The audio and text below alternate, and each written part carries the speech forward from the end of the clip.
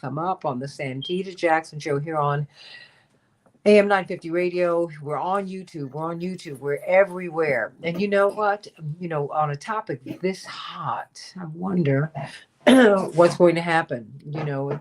Even though we have loads of you on YouTube, uh, you're not showing up, but that's all right. It's all right. We're going to keep right on going to this. And I'm going to come up in three, two. Hey, everybody. Welcome to the Santita Jackson Show here on AM 950 Radio, the voice of progressive Minnesota. It is a joy to be with you today. I want to thank you for all of your love and your prayers about Reverend Jesse Jackson, my dad. He is improving steadily, and he is asking one thing of you because, we have a massive grocery giveaway during the holiday season. And my parents have never forgotten when they had to stand in one of those lines when my father was at the University of Chicago and their scholarship money ran out. My parents were young married people with young married couple with one child, two child, three child in 2.5 years. And my mother was working at the library. My father was waiting tables. In addition to his full scholarship, he had a full ride, Rockefeller Foundation grant. And it just couldn't cover everything, even though he was a youth minister at his church. And Pastor Evans, Clay Evans, took him out of the line when he saw him there. He was like, "Son, you're going to be a pastor. I don't want you in this line." My father said, "I'm not ashamed to be here," because it's not a shameful place to be. Even Isaiah Thomas, the NBA Hall of Famer, remember standing in one of those lines that my father had down through the years. And he said, what I appreciated about Reverend was that he did not take my mother's dignity away. In fact, he empowered her with dignity. And I didn't feel badly about standing in that line anymore. So we're asking 2,000 churches to gather 2,000 bags of groceries and give them away. So your churches, your groups, your fraternities, and your sororities, please, please be in the spirit of giving. A lot of people are in need right now. They are in need. Please be mindful of that as we're going into this Thanksgiving season. Let us show our thanks by being kind to people. Put some extra cans if you live in an apartment building. Put them down on the desk. Somebody might take them. They might need them. You don't know who's in need. And you don't know who might be in need one of these days. It just might be you. Think about that. Let's talk about Epstein. President Trump signed the bill into law. They're going to release the files. We don't know what we're going to get because there's speculation that the files will be redacted. We now know that Democrats who were involved are now they're going to be gone after. It's clear that everybody was in it. Power is not just bipartisan. It has no power. It has no power. It just is. Power is neutral. And if people are into power, they're just in it. Think about that, everybody. So as we look at the Epstein case, it's been very painful to see young women, mainly poor white women, who were taken advantage of. They were absolutely taken advantage of, and they were abused and worse. And so someone needed to stand up for them. And so we are so glad that they have been able to be heard. Virginia Giuffre, it has been reported that she committed suicide, but she did leave behind a memoir. And the memoir is stunning. It's very painful to see how people in power take advantage of those who they feel are not in power. Wow. But there's another element of this story that no one really wants to talk about. And I'll give you this headline from Common Dreams. Series of reports ignored by the media show Jeffrey Epstein's extensive work with Israeli intelligence. Let's talk about that, because when he was facing arrest before, Alex DaCosta was told, don't touch him. He's intelligence. Wow, wait a minute. But he's guilty of a sex crime against someone underage. Oh, didn't matter. So who was he really? He's someone who functioned with impunity. I mean, I'm untouchable. Well, let's talk about this. Dropsite News has done a tremendous job of reporting. They've done a deep, deep dive on his ties to intelligence, but they've been everywhere. And that's one of the things that I love about Common Dreams. You know, I told you that's one of my go to sources. It's one of the first news sites I go to every day. One of the first, really, if not the first. Because what they do is they not only amplify news stories that we need to be paying attention to, they amplify aspects of the news stories, and they will take you back to the original source. That's very, very important. So if they are attacked for their take on an issue, they can say, no, no, no, the New York Times said this. No, no, no, no. The study said this. This is the work that they do. So my love and appreciation to all of my friends at Common Dreams, because I'm able to call them, and whenever I need them, they come on through, because I really want you to support their work. They are on a fundraising drive, and we need to support them because they support us. We need independent media. Remember, our journalists are the only protected class, professional class in our Constitution, because if we're going to be free, we need a free and open media journalist, if you will. So I welcome to the show this young journalist who does such brilliant work, and I've been paying attention to him. I've been following his work for quite some time. Stephen Prager, how are you? Welcome to the show. I'm doing great, Santita. Thank you so much for having me. It is a joy to have you here. You know what? I was struck by the headline because I said, whoa, wait a minute. Someone's actually going to touch this. It feels like this is a third rail because everyone has talked about everything but this. I'm wondering about CNN, MSNBC, Fox, ABC, CBS, NBC, BBC. No one wants to talk about this particular aspect of Jeffrey Epstein's life. Stephen Yeah, Craig. Yeah, I mean, that was kind of the thing that struck me when I covered this. I mean, this is something that the journalists who covered it, Ryan Grimm and Murtaza Hussein, who full credit to them for their excellent reporting. This is something that they have touched on, and I decided to do a little bit more, emphasis on that aspect of the story. And I took a look at, not just the news networks, but the legacy newspapers, the New York Times, the Washington Post, the Wall Street Journal. All of them have run, very salacious front page stories about Epstein. It's been all a lot of people can talk about. Obviously the Wall Street Journal broke the big story a few months ago about the birthday book that Trump was using to communicate with Epstein, and their sort of discussion about young women in that. But really, looking through the archives of their reporting, I have not been able to find any real discussion about this aspect of the story, which was that Epstein didn't just have ties sort of amorphously to Israeli intelligence, but actively worked alongside Ehud Barak, the former prime minister and defense minister of Israel, to broker deals on behalf of the Israeli government with several different countries. So but we're missing that. Before we get into that, because you have very correctly credited Dropsite News and Mr. Hussein and Mr. Grimm for their tremendous work. But I also have to give you credit for lifting this up and putting this out there before the public, because your website, your news organization has tremendous traction. And when I saw it, I said, wait a minute. You're putting this on the timeline, if you will. Yeah. In our line of vision, because it's not there. Everyone is talking about everything but that. So what did they see about his ties to intelligence? And Virginia Giuffre, in her book, has talked about really being violently attacked intimately by a prime minister. Many people feel it's Ehud Barak, Yes. former prime minister. So tell me. Yeah, so just a quick background on how this information was uncovered.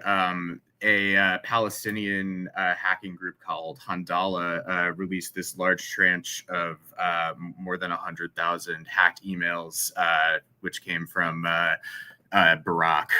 And basically the drop site news since September has been releasing a series of findings based on those emails.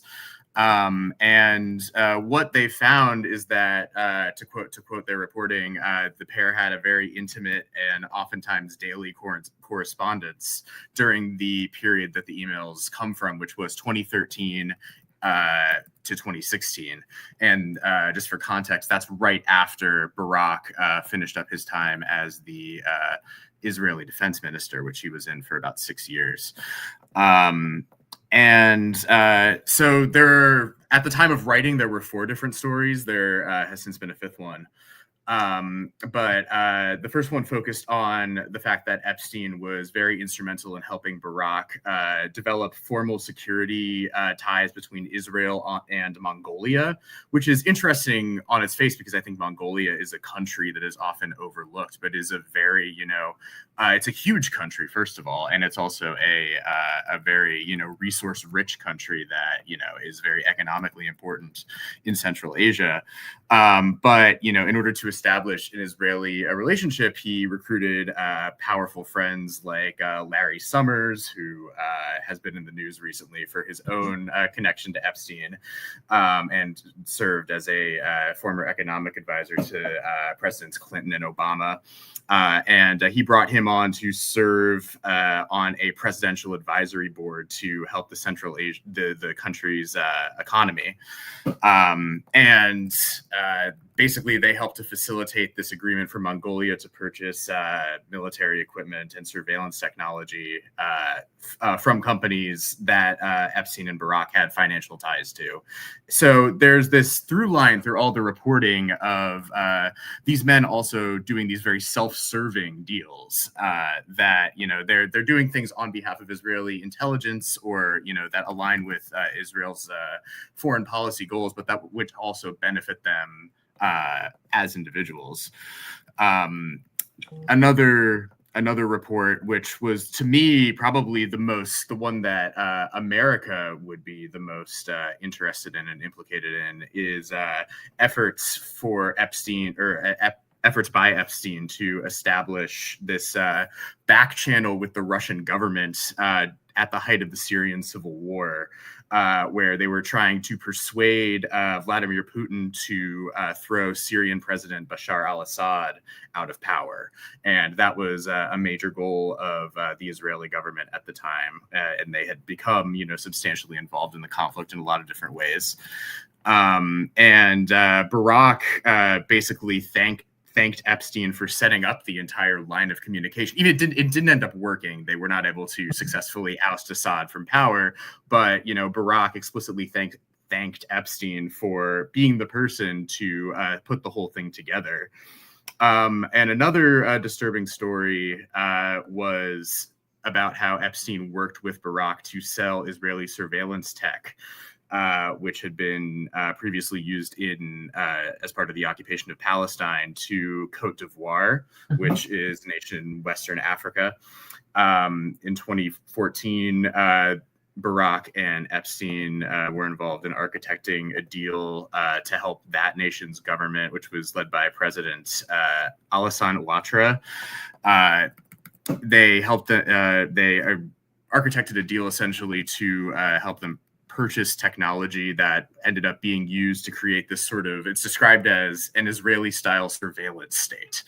They were given technology to listen in on phone calls and radio transmissions and able to monitor certain points of interest that were, where, dissenters might gather, cyber cafes, things like that.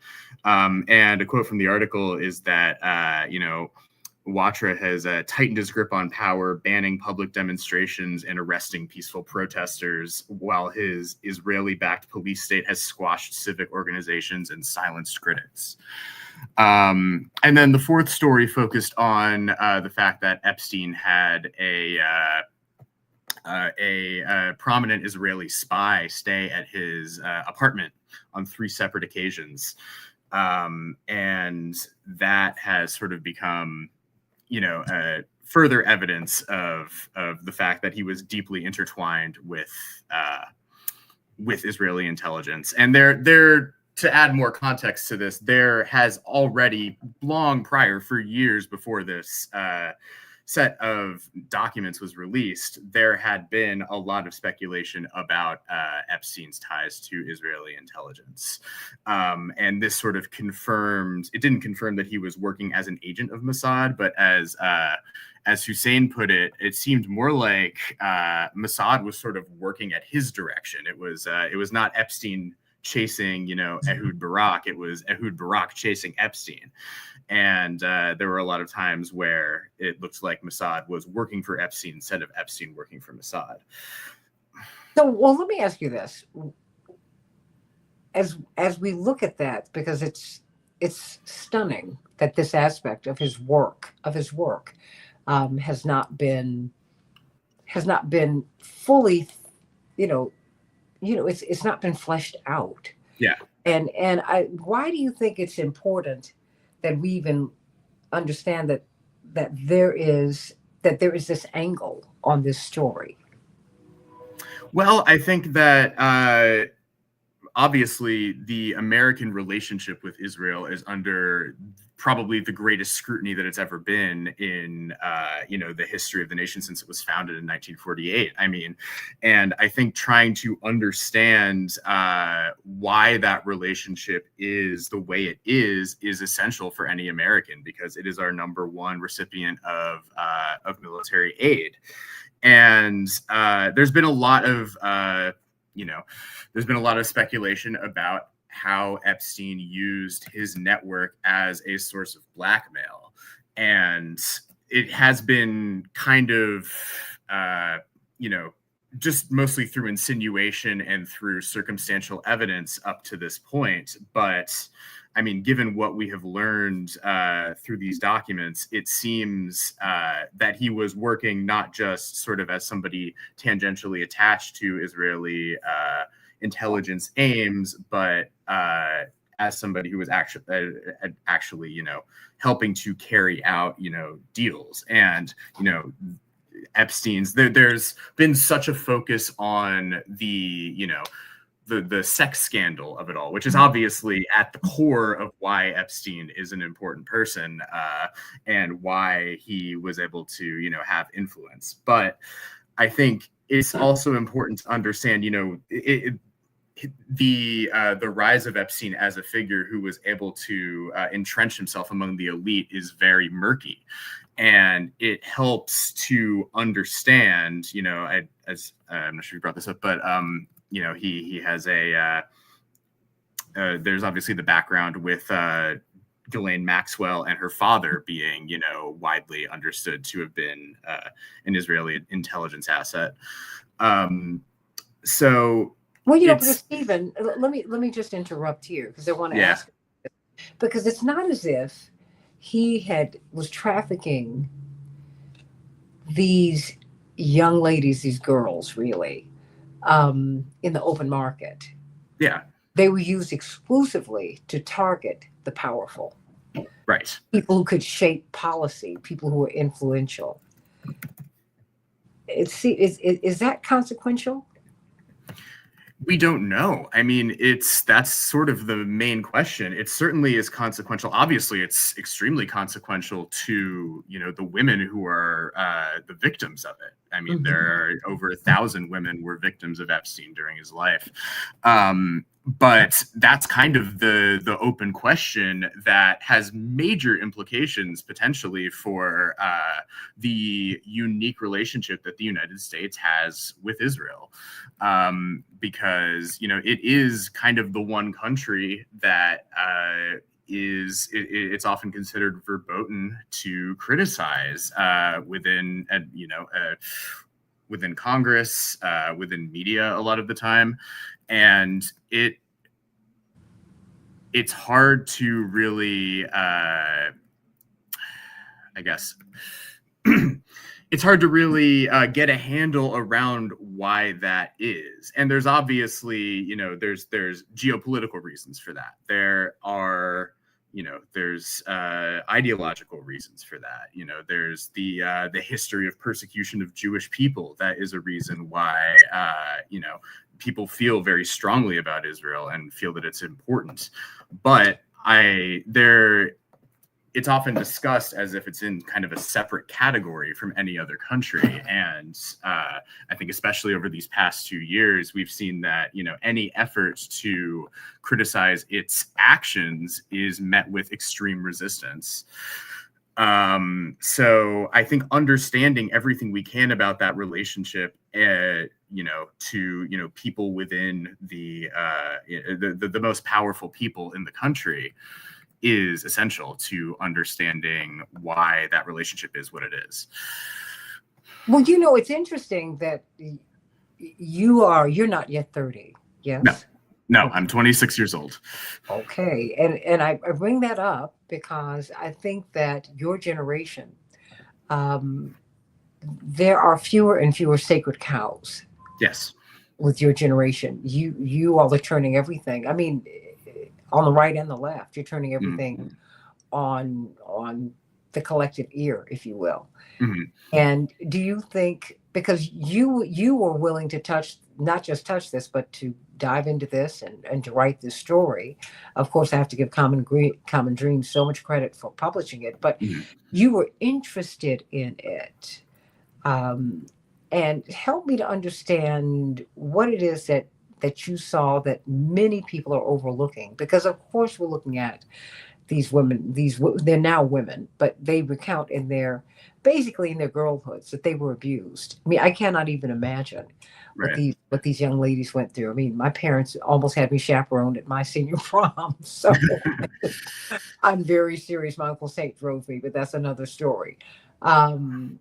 But they were working. Virginia Giuffre's father was a workman at Mar-a-Lago. She was working on the premises, and she was basically plucked. I mean, she was a pretty young lady, and then she was swept up into this world. And it seems that this gave Mr.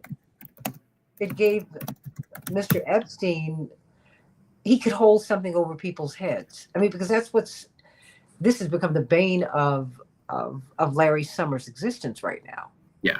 He is being driven into disgrace because, who is it?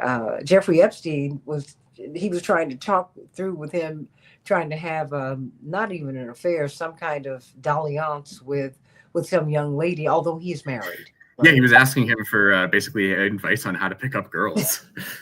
Just don't get it. Yeah. So, I mean, and it seems to me that he was holding these things over everybody's heads. Right. Right. Mm-hmm. So, I mean, is that, what they would call it compromat?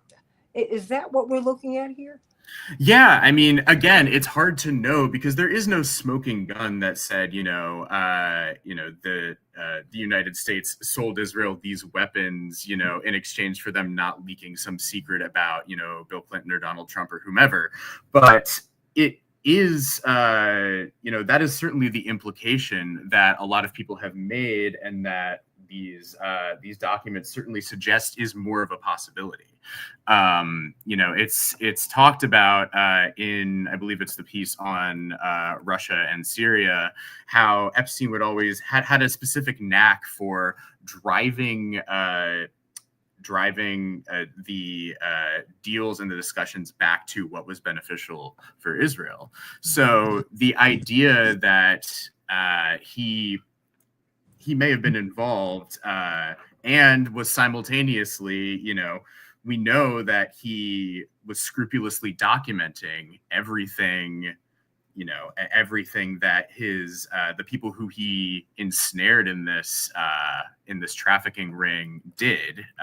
There's talk about him having tapes. There's talk about very, very detailed records of who was involved.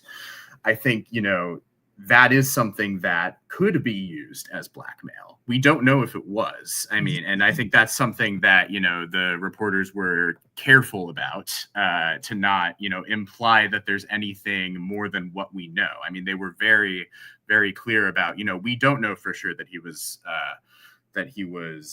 operating as a Mossad agent. We don't know for sure that any of the blackmail was at all related.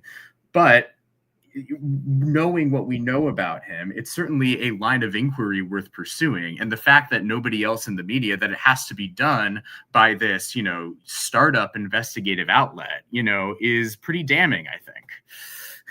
So, but help me to understand. I mean, what are the consequences of us not pursuing this line of investigation? Understanding not just his business interest, not just his interest in terms of trafficking these girls, riding, taking them to his island and to his various estates. Why is this particular line of questioning important? It's important because it can help us understand why, I think there's sort of a parallel between the way Epstein has been able to act with impunity.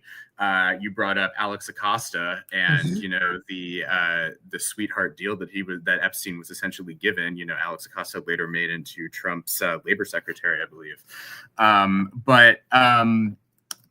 Yeah, I think there's kind of a parallel there between the way Israel is sort of able to operate with impunity on the world stage, constantly, being bailed out, at the UN Security Council by the United States when the world tries to hold it accountable for what it's done in Gaza, and before that with settlements and the occupation of Palestine.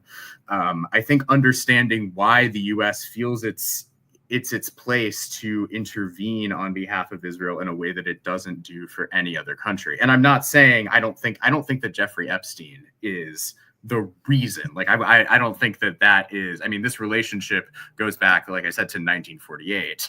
The U.S. was instrumental in the founding of Israel. So I don't mean to imply, and I don't think anybody would suggest this, that that is the only reason for the relationship that the U.S. has with Israel. But I think it's important as added context, considering the extent to which every American is implicated in Israel, because it's our tax money.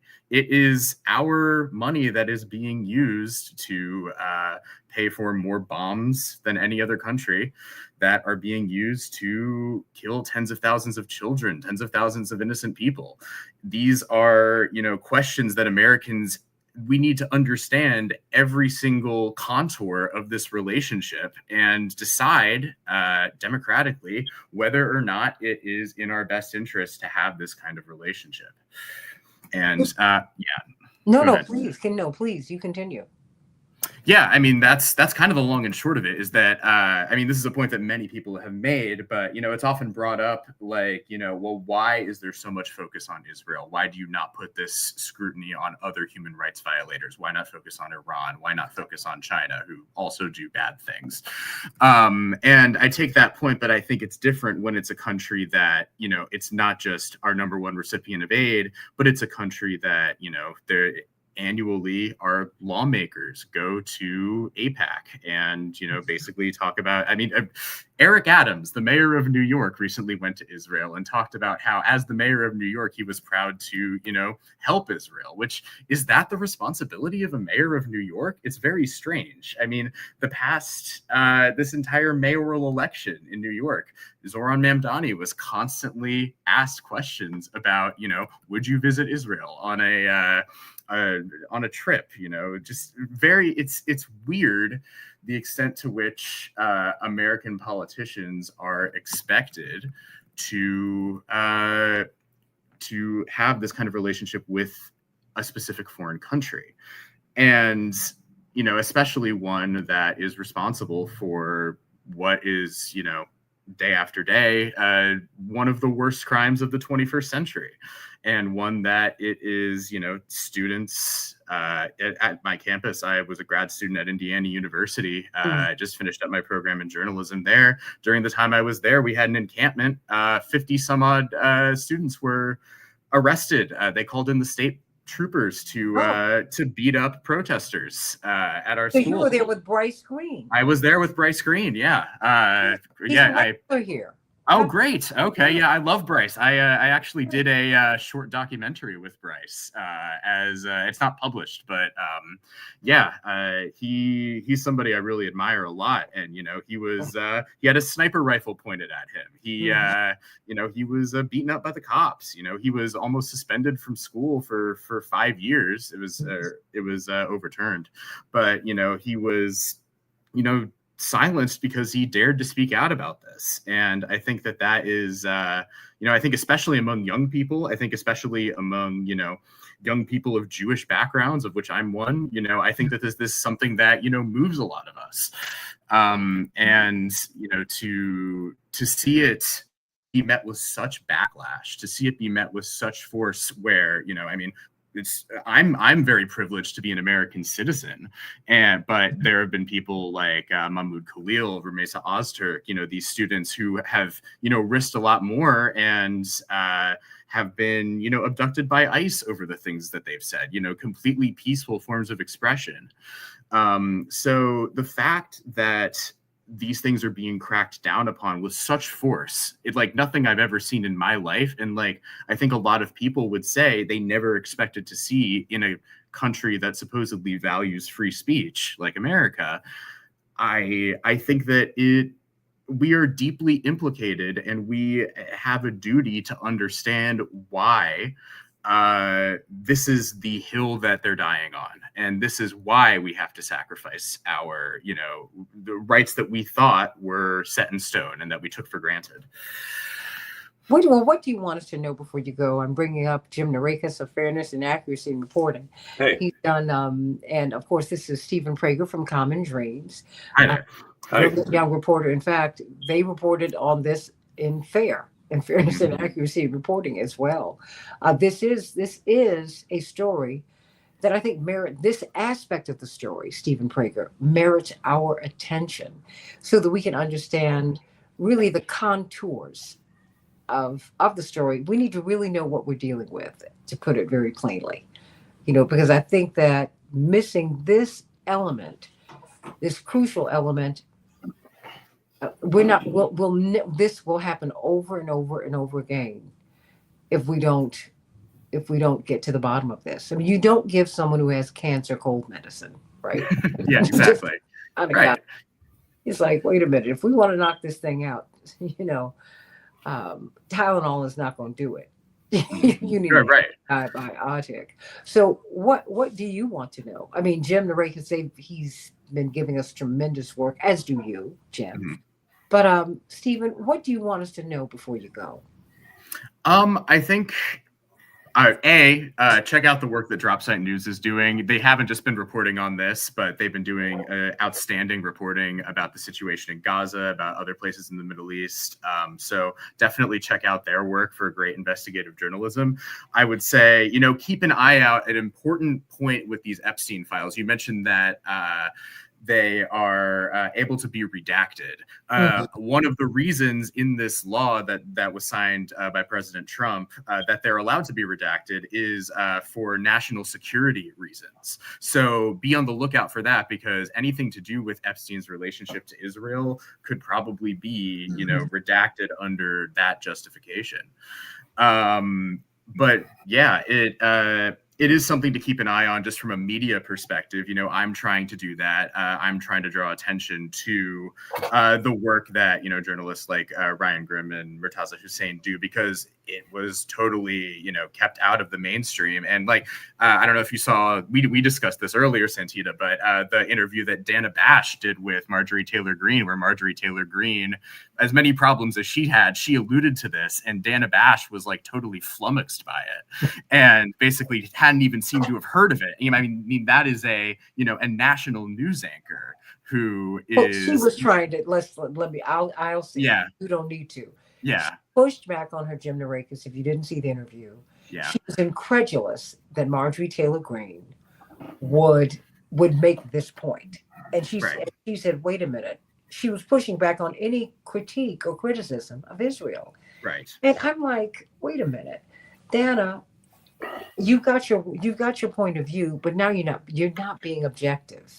Right. Well, not that I've ever really seen that, particularly when it comes to this Wouldn't issue. be the first time with No, Dana Bash, but yeah, Stephen, yeah, Jen, it's not helpful because people already don't trust corporate media. right. This makes them not trust her.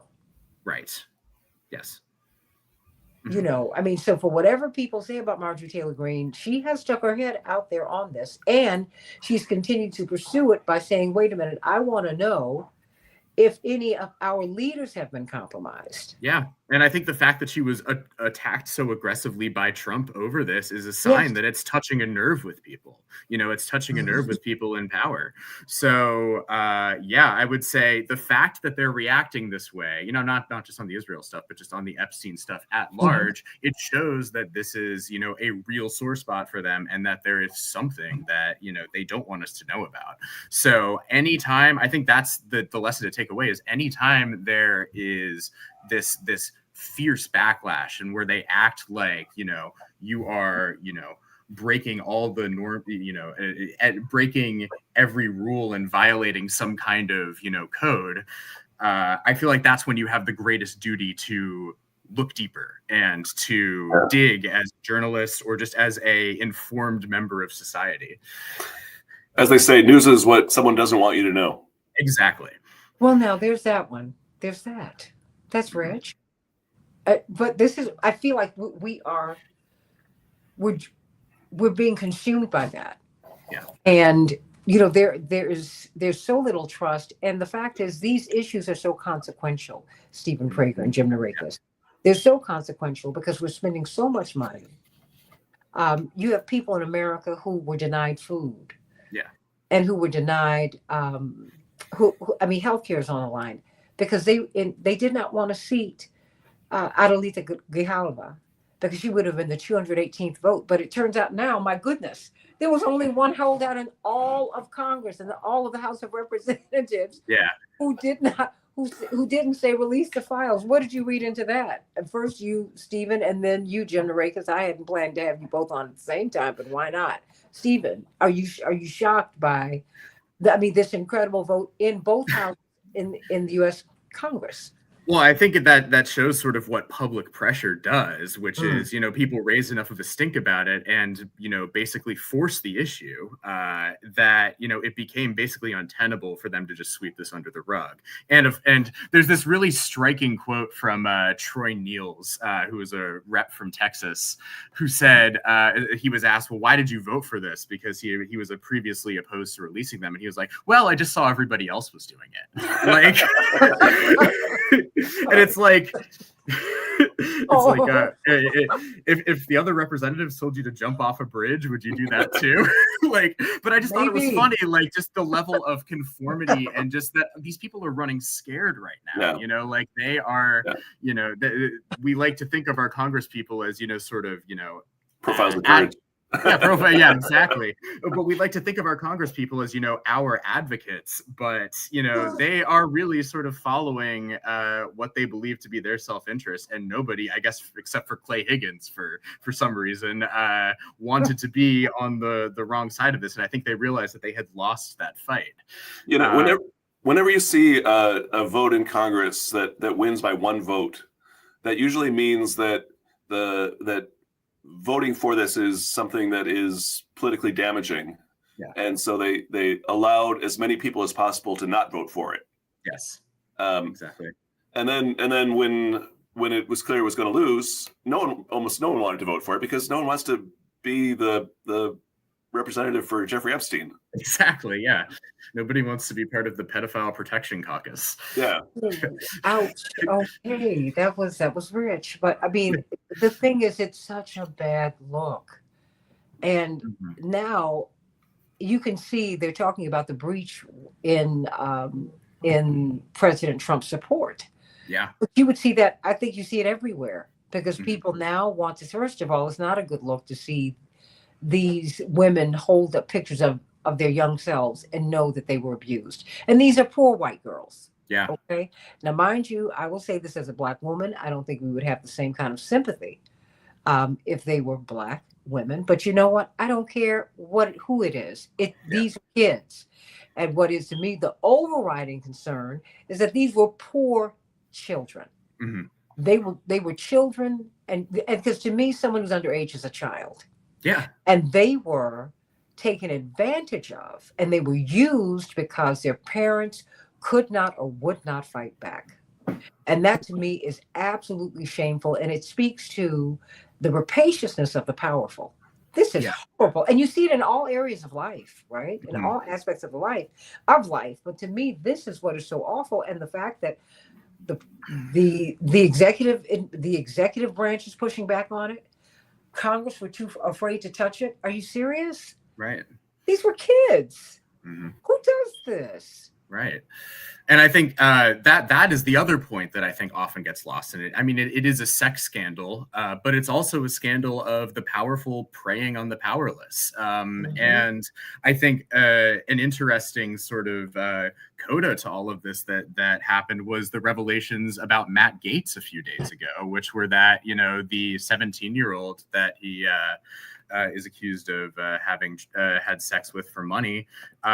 She was doing it because she was extremely poor and was looking for money so she could afford braces.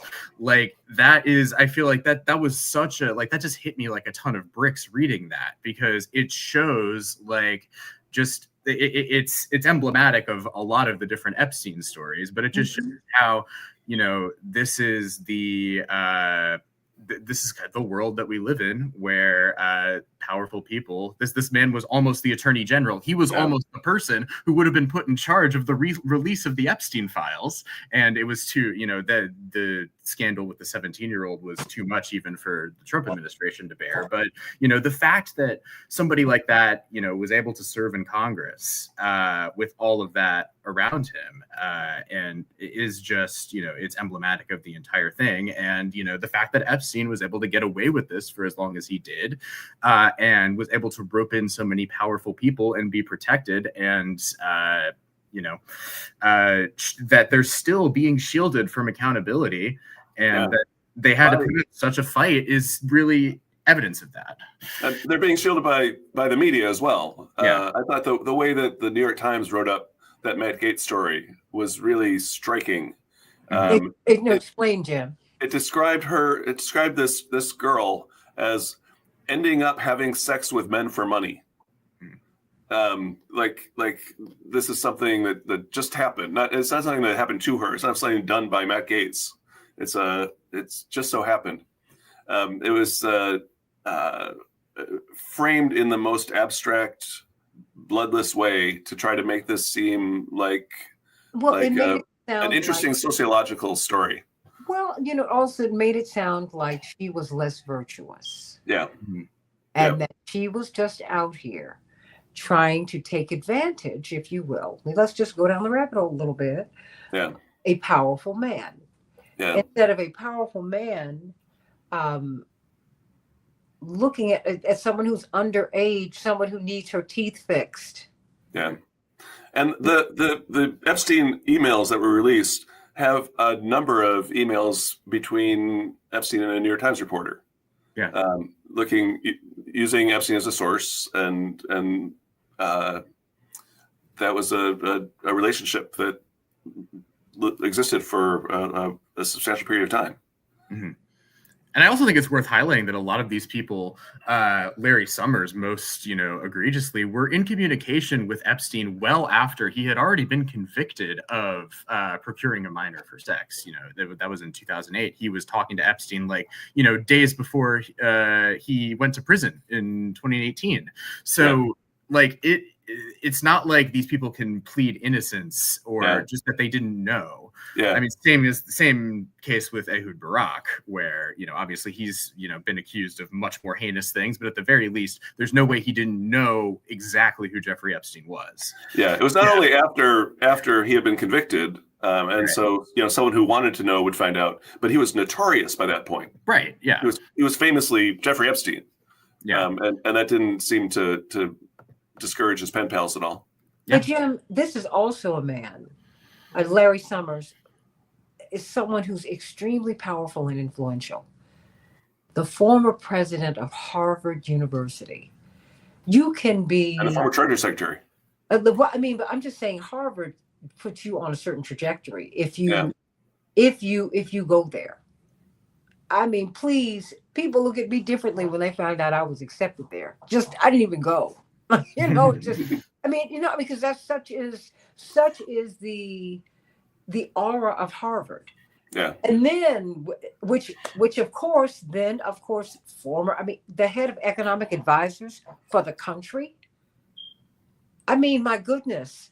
And then Ehud Barak. I mean, there's so many people, Bill Richardson, may he rest in peace. We can just keep on going down the street. And it seems as if the corporate media, the men with whom he was interacting, yes, they appeared to be very cautious / afraid of him, but it seems like the New York Times that they are too, and corporate media. The New York Times ran a very strange article that was talking about how the Epstein files were a glimpse into a vanished New York, and treating it like it was a nostalgia trip. And I do think there's an aspect where the idea of powerful men who get to do whatever they want and have no restrictions on them, that's a fantasy that a lot of men are captivated by. It has an appeal. The idea like we can do whatever we want. Wasn't that great? Without thinking about the consequences or the victims of this kind of behavior.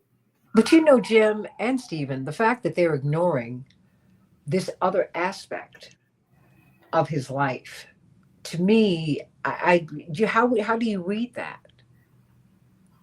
I mean, because I think that the fact that Jeffrey Epstein has such incredible ties to intelligence. I mean, Ghislaine Maxwell and her father. I mean, this to me that's too big an issue to be ignored.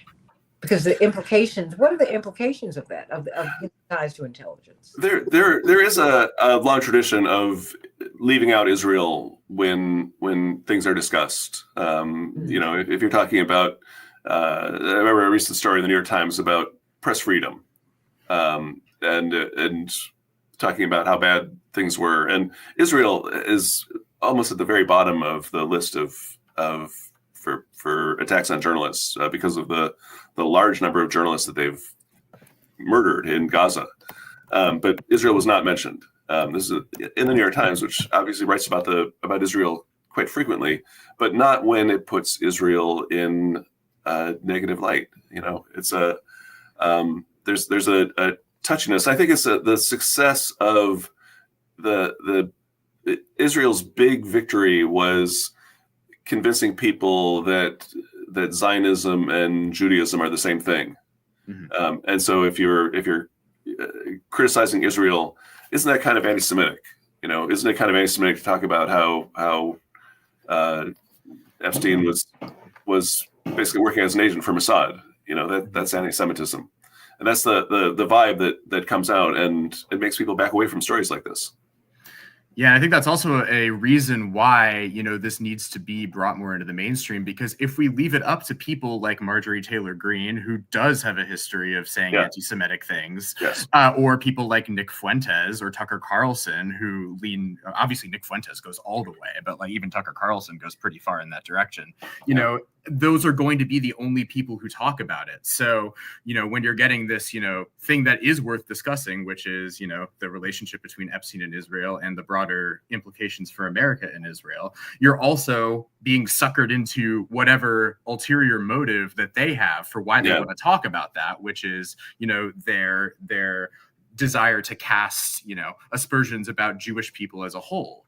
So it's very important that people who do not have that goal are also talking about this and bringing up that distinction, like you said, between, criticizing Zionism, criticizing Israel, criticizing, its military actions, and, speaking about Jewish people as a whole, because increasingly, especially among young Jewish people, there is a lot of distaste for what Israel has been doing. Yeah, I think there's a reason why Dana Bash has on Marjorie Taylor Greene and not, Ryan Grimm on to talk about this story, Yeah. Because it helps discredit the story. It doesn't. It's a kind of inoculation. Right. Yeah. Because Ryan Grimm is like one of the most serious, like straight-laced journalists you'll ever come across, and he's like, he's exactly the sort of person who you would want to have on if you wanted to, convey the seriousness of a story, as it deserves. Whereas Marjorie Taylor Greene is a notorious goofus, and QAnon believer. So, like, it kind of just the fact that it's coming out of her mouth makes it sound crazy. Right. But I think that speaks to the hubris. Yeah. Their hubris, because the fact is, people are pushing back against the status quo narrative. And so Marjorie Taylor Greene, without meaning to, they've made her more credible. Yes. Yeah. Yeah. And so, which goes to your point, Stephen, and people want to know if you are related to Dennis Prager. I'm not. Okay. That's only the 1,000th time that I've been asked that. But no, Okay. I'm not related to Dennis Prager. I got it. Trust me. Trust me. I get it. I don't know what I just wanted you to establish that. No, I appreciate you giving me that opportunity. No, I want to. But Charlie, I have a few minutes left here, but I'd love for you all to help us to understand how we are to view this story. What are the questions that we ought to be asking? Because I think that what Drop Site News, what you have amplified, what fairness and accuracy in reporting, what you've amplified, you've helped us to really understand that there's some questions that there are aspects of this story and others, but let's stay with this one, that we need to be asking so that we can get to the bottom of this, because this is a story that will not go away. First, you, Jim Maricas, it won't go away. And first of all, why won't it go away? It just continues to grow. Well, I think that the reason that this story doesn't go away is because it's a story that is very difficult to get to the bottom of. There's a reluctance by the leadership of both political parties not to look too deeply at this, because prominent figures in both parties were up to their necks in Epstein. The questions that have been raised about Coppermott, as you say, it's very hard to like if there are tapes, if there is evidence that could yet come out. Obviously, there's a reluctance to peer too deeply, because who knows what is in that box, and maybe there are no tapes, as Maxwell has claimed, but that suspicion is always going to linger that there is a reason why Epstein got such special treatment for such a long period of time, why so many powerful people stayed in his orbit, how he was able to in terms of the Mossad angle, why was he so valuable to Mossad? What was he offering to Mossad that other less tainted individuals could not do for them? And until those questions are answered, and they may never be answered, I think that this is always going to be a big question mark. Stephen Prager, what do you want to know? I mean, what do you want us to know? And maybe what do you want to know? Because I'm still digging. I think kind of the phrase that stuck with me this entire time is sort of the idea that a hit dog will holler, and the fact that they are, panicking so evidently about the release of these files is evidence that people need to keep digging further. And there will be redactions, so be prepared to be disappointed by what is released in the first batch. So the pressure needs to keep up for everything to be revealed, because, they would not have gone through, they would have not have made themselves look this guilty if there was truly nothing to hide. So and if they could easily scrub them so that a version could come out that appeared to exculpate Trump, that version would have come out a while ago, right? Exactly. Yeah. But is this just about Trump? No, it's not. I mean, because but for the Republican Party, I think it is mainly about Trump.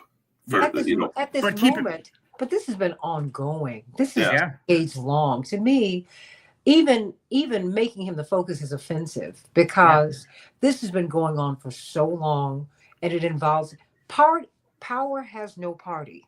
Yeah. It just is. It's Mhm. neutral. Okay. Yep. If we've seen nothing else, you have now seen, because I remember getting read the riot act in my Harvard interview over Gaza, over the Palestinians 40 years ago. All Yeah. this doxing that you see, I already experienced it. My family went through it.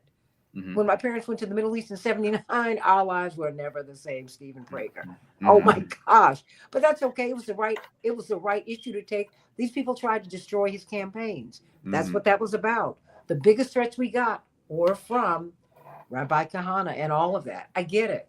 Yeah. But then, I got Bob Borsaj. I got Carolyn Kasdan. I've got progressive Jewish people who were like, wait a minute, this is insane. So, tainting, this is not about tainting Jewish people. This is about right and wrong, period. Yes. That's all. You don't even have a page program, you guys. You remember that at the House of Representatives? Because you had powerful people who were taking advantage of these young people, of these children. You Yeah. remember that? I mean, come Mhm. on. To me, that's what this is. Yeah. And I do agree with you. I think that the Trump of it all has really kind of absorbed everything. But this, as the women who made that video a few days ago, showing the photos of themselves as teenagers, as they pointed out, this has gone on for 5 administrations. Joe Biden was in office for 4 years, and he could have destroyed Trump with these files. He didn't. And I think probably the reason for that is that it implicated a lot of other people too. Obviously Larry Summers, a close, advisor to Biden of other Democratic presidents. Bill Clinton, still somebody who's very prominent as a part of the Democratic Party elite. I mean, these people are all implicated. There's obviously Joe Biden is a very, strong supporter of Israel as well. He doesn't want anything, tainting our view of that relationship with Israel and the United States. There were a lot of reasons that, beyond just Trump, that they kept these files hidden, and it's not been advantageous for any administration, Republican or Democrat, to give transparency on them. So I think that fact, again, that's a reason for people to want to dig deeper because it's something that everybody is hiding. Well, I think I have to tell you this has been an enlightening conversation today. I hope it's an enlivening one for all of you, because really at the end of the day, this is about truth. And it's about protecting the most vulnerable amongst us. What we have seen here is we have not seen that. And what we've also seen is an abuse of power. Really. And power is corrupting. And absolute power absolutely corrupts. That's what this is. This is not about Democrats and Republicans, everybody. This is about right and wrong. Yep. And while, I realize if they were black girls, they would have been overlooked. But you know what? The fact that I don't care who it is, these are powerful people who took advantage of poor people. They didn't go after these wealthy kids. They went after poor people whose parents worked for them. Who does that? That's a horrible thing to do. It's horrible. And you need to ask about every aspect of this case. And yeah, of course they're going to scrub this. You know it. And you ought to be insulted by that. You ought to be insulted. Because we need to get to the bottom of this, because no one should treat anyone like this at all. No one. This is just, and no one should be compromised so that they bend our policy in ways that injure Americans and people around the world. Because when you peel all of this away, in my opinion, we're beginning to see that is what has been happening. All because someone didn't want their wives or the rest of us to know what they were doing in their personal lives. I don't care what you do in your personal life, as long as you don't hurt anybody. So enough of me going off about that. But I want to thank you, Stephen Prager from Common Dreams. Generations is with us all the time. I hope that you will come back, Stephen. You've been in Indiana with my dear, my beloved Bryce Green. A regular fair writer. I got him from Jim. I got him today. No, he's the best. Yeah, check out for listeners. I'm sure you already know Bryce, but yeah, definitely check out all his work. He's great. Well, and check out all of Stephen Prager's work. And please support Common Dreams. They are on a fundraising drive. And so is Fairness and Accuracy in Reporting. They support us. Let us support them. Go to fair.org. Support them. Common Dreams. If you just go through their stories, neither of them have paywalls because they believe that the information belongs to you. But you got to support them. My father said, you cannot ride to freedom in Pharaoh's chariot. Could I put it more plainly than that? And please put Rainbow Push under your Christmas tree. Everybody, God bless you. And keep apprised of this story. I love you, everybody. AM 950 Radio, the voice of progressive Minnesota. You all.